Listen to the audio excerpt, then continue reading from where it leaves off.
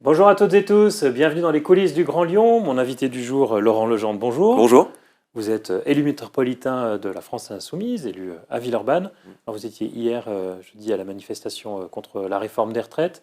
Est-ce que vous avez été surpris par le niveau de mobilisation? On disait les Français un peu désabusés, finalement ils ont répondu présent. Absolument, c'est vraiment une mobilisation qui était historique, à très haut niveau, que ce soit à Lyon ou voilà, partout en France. C'est sûr que le matin à 8 heures, quand il y avait énormément de neige et des problèmes de transport en commun qu'on a vus, on s'est dit est-ce que la mobilisation va être là? Et en fait, les gens étaient vraiment mobilisés. Pourquoi? Parce qu'en fait, c'est une réforme qui est complètement injuste et injustifiée. Et du coup, les Français ont voulu l'exprimer hier au gouvernement et à Emmanuel Macron. On a le sentiment que pour le gouvernement c'était quand même attendu, qu'ils ne vont pas bouger d'un iota sur leur ambition de réforme. Pour vous, c'est quoi le discours? Vous demanderez jusqu'au bout le retrait complet de la réforme ou vous espérez un aménagement des Non, propositions qui sont sur la table? je pense qu'il faut vraiment obtenir ce retrait et que les conditions sont réunies pour qu'en fait le gouvernement recule. Cette Pourquoi il réforme, reculerait? Il a une majorité à l'Assemblée nationale pour le faire voter. alors ça on verra, parce que d'ici le vote il va y avoir peut-être des évolutions, mais surtout il y a une différence entre la légalité en politique et la légitimité. Est-ce que Emmanuel Macron est légitime à faire cette réforme? Selon nous, non. Il a été élu au deuxième tour de l'élection présidentielle, non pas sur son programme, et lui-même l'avait dit, mais face à Marine Le Pen. Et donc, Oui, ensuite, il y a eu le législative qui l'a aussi emporté et avec les LR qui est aussi très clair sur sa volonté de faire la oui, réforme des retraites, donc ils ont obtenu une majorité. voilà, on a potentiellement une majorité de droite à l'Assemblée. On verra, les débats auront lieu à l'Assemblée. Mais la démocratie, ça n'est pas que le vote une fois tous les 5 ans, c'est aussi toutes les autres modes d'expression. Donc les manifestations, les pétitions et toutes les formes voilà, qui sont l'expression de la démocratie qui permettent de faire comprendre à ce gouvernement que s'il continue dans cette direction, le gouvernement va créer des violences, des blocages. C'est le gouvernement en fait qui est en train de bloquer le pays aujourd'hui sur une réforme qui est injuste. Je vais juste rappeler un chiffre. 80 milliards de bénéfices des entreprises du CAC 40 en 2022. 80 milliards. Avec ça, non seulement on peut s'épargner de financer la réforme des retraites, mais aussi, on peut aussi refinancer l'hôpital public et l'école publique. Donc l'argent, il existe, il y en a, il n'y a pas besoin de faire cette réforme. Et juste un dernier mot, la réforme dont on a besoin en France aujourd'hui, ce n'est pas une réforme des retraites, c'est une réforme de l'héritage.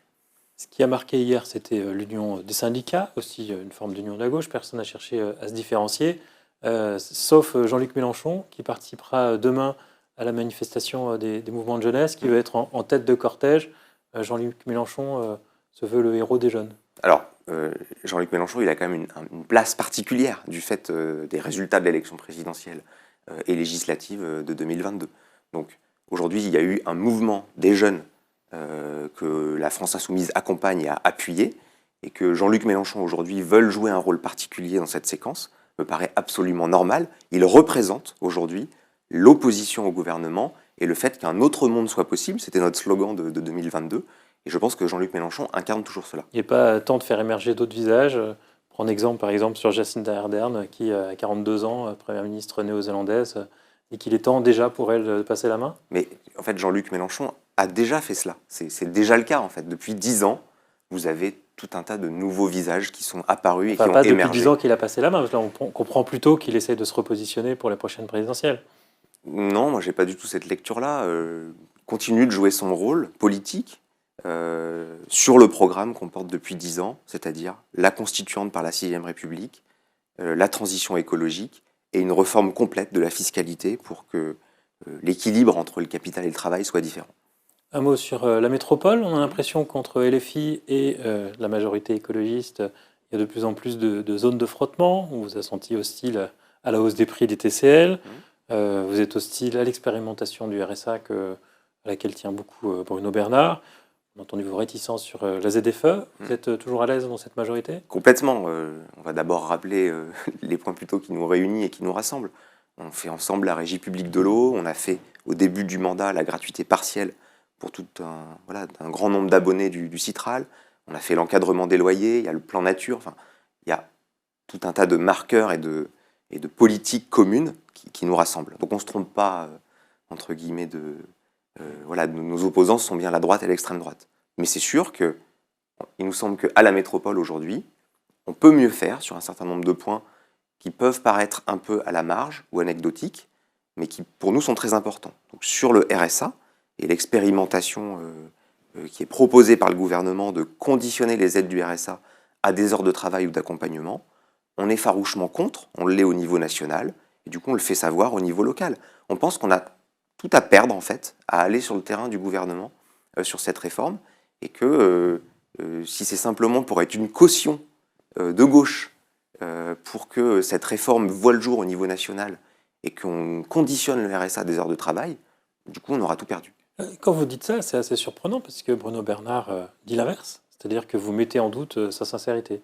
C'est pas une question de sincérité, c'est une question de Vous ne lecture. lui faites pas confiance. Une question... Parce que lui dit au contraire, je veux expérimenter C'est au gouvernement que je pour fais pas retrouver confiance. autre chose. C'est au gouvernement. Oui, mais que lui je dit fais pas clairement confiance. que si jamais le RSA serait conditionné, il se retirait de l'expérimentation.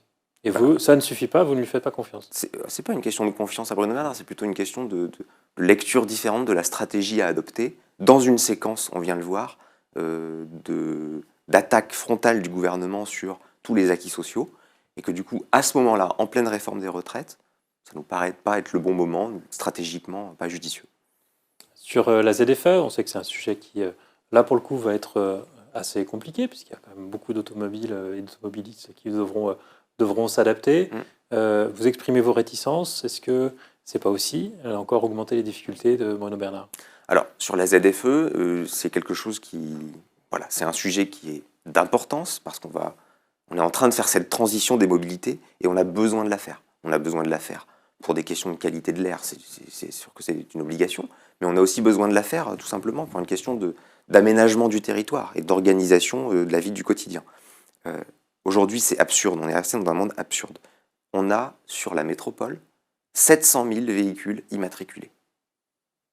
Avec ces 700 000 véhicules, qu'est-ce qu'on fait? Individuellement, tous, on vient se déplacer en remplissant à peu près une personne ou 1,1 personne par voiture. Et donc, c'est ce modèle-là qui, depuis 50 ans, doit muter. Et donc, la ZFE n'est qu'un outil pour aider à cette mutation.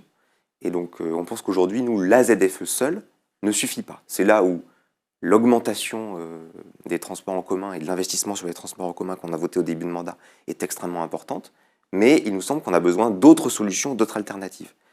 C'est là où je vais parler de la proposition d'un service public d'autopartage, c'est-à-dire d'avoir à disposition des voitures en location, en libre service, avec des tarifs sociaux, qui permet aujourd'hui de se séparer. Cities déjà qui c'est exactement ça, mais c'est du coup de pousser ce système-là de manière très forte et d'avoir un véritable service public d'autopartage qu'on pourrait appeler la compagnie des voitures publiques de la métropole, par exemple, et qu'on ait une flotte de 10 000, ça c'est l'horizon 2030, mais peut-être demain 40 000 véhicules, et qu'on du coup diminue en fait notre parc de véhicules individuels, puisque ça nous coûte extrêmement cher tous d'entretenir notre véhicule, de l'assurer, alors qu'on pourrait mutualiser, socialiser ce parc de véhicules. Des voitures type Cities ou des voitures type Yé qu'on peut déposer où on veut? C'est le même principe. Il y en a, il faut revenir à une borne. C'est ça. Et il y en a d'autres. Et ben, on a besoin des deux. On a besoin des deux modèles.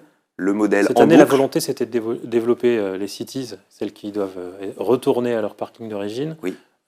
Et de ne pas développer les yés pour laisser peut-être le marché privé occuper cet espace. Oui, aujourd'hui, c'est le cadre de la loi, là aussi, du gouvernement Macron, puisqu'il nous donne le cadre d'un service d'autopartage qui soit concurrentiel.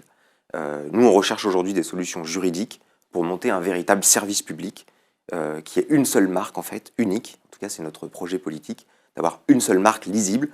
Ils le font au Québec, à Montréal. Il y a un service public d'autopartage avec une marque unique qui est claire pour l'usager et qui marche du tonnerre, quoi. Là-dessus, vous avez un écho favorable du côté de Bruno Bernard? Absolument. Fusionner les différents systèmes qui existent aujourd'hui. En tout cas, on y travaille avec Fabien Bagnon, avec Jean-Charles Collas et avec les services de la métropole. Être pour finir, un dernier mot sur la France insoumise. La période a été assez complexe. Peut-être un mot quand même sur Adrien Quatennens. On se souvient que vous aviez un programme extrêmement féministe lors de cette campagne. Vous vouliez 1 milliard dans les violences faites aux femmes. Mais par contre, vous n'avez pas demandé que les députés condamnés pour violence conjugale soient rendus inéligibles. Est-ce que c'est un regret? Oui, moi je trouve que la séquence aujourd'hui nous coûte beaucoup. On va dire qu'il y a des choses dans notre programme qu'on pourrait appliquer. Je pense à la révocation des élus notamment. C'est dans notre programme, c'est ce qu'on veut remplir la 6ème République avec ce genre de mesures. Je pense qu'aujourd'hui, Adrien Quatennens pourrait être en mesure d'être révoqué, ou en tout cas s'honorerait à retourner devant les électeurs pour savoir s'il peut continuer ou pas son mandat. Une procédure de révocation, ça fonctionnerait comment? Ce seraient les militants LFI qui la demanderaient? Aujourd'hui, il n'y a rien ni dans la loi au niveau national, ni dans nos statuts à la France Insoumise.